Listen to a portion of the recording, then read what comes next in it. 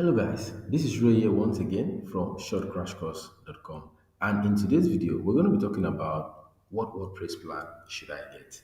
A lot of people are asking, okay, so what WordPress plan should I get? And now this question is related to the hosted versions of WordPress that is provided by probably Bluehost, provided by WordPress.com, provided by so many other companies that provide a hosting plan for WordPress. Now, the WordPress plan you should go for is entirely based on what you're trying to achieve, what you're starting with. Okay, so now let's say, for instance, what WordPress plan should I get? Okay, now WordPress.com here has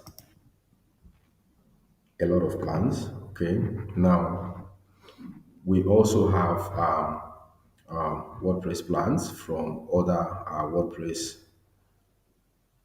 companies that provide WordPress hosting like WP Engine, Bluehost, and so on and so forth. Okay, so all you just need to do is to compare their plans with what you're doing, and it's always advisable to start small. There's always a room to upgrade if your traffic grows, if your demands for the site grows, and all those kind of stuff. You can always upgrade your plan. So there's no need to start with something huge when your site is just. So now this is on WordPress.com. You have the Explorer, you have the Starter, you have the Creator, and the Entrepreneur. So now, depending on what you're doing, let's assume that you're just starting out a blog where you want to be talking about maybe you want to write content for your blog and monetize it and make money from it. You don't need to start with the Explorer. You just start with the Starter because that initial time you might not have a lot of traffic on your site because Google is just getting to discover your site. People are just getting to know your site gradually. Your ranking is gradually growing. So you don't have a lot of traffic like that, a lot of influx and all that. So buying going for a bigger plan at that point is more like a waste, right?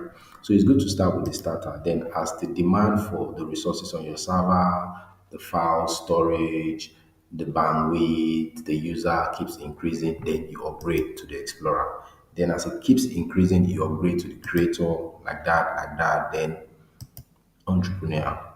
Okay, so that is the best way to choose a plan. But if you're trying to do something more different, more complex that requires more space, more storage, and all that, maybe you're trying to run an e-commerce website or you're trying to run something more bigger and sophisticated, then you can now go for something bigger while starting out.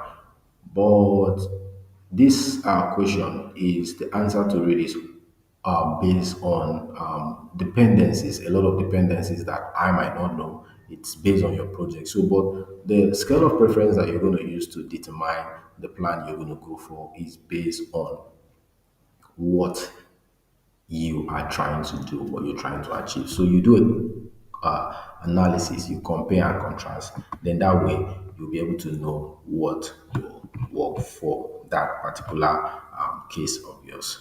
So that'll be all for now on what WordPress plan should I get. I expect to see you in our next video. Bye for now.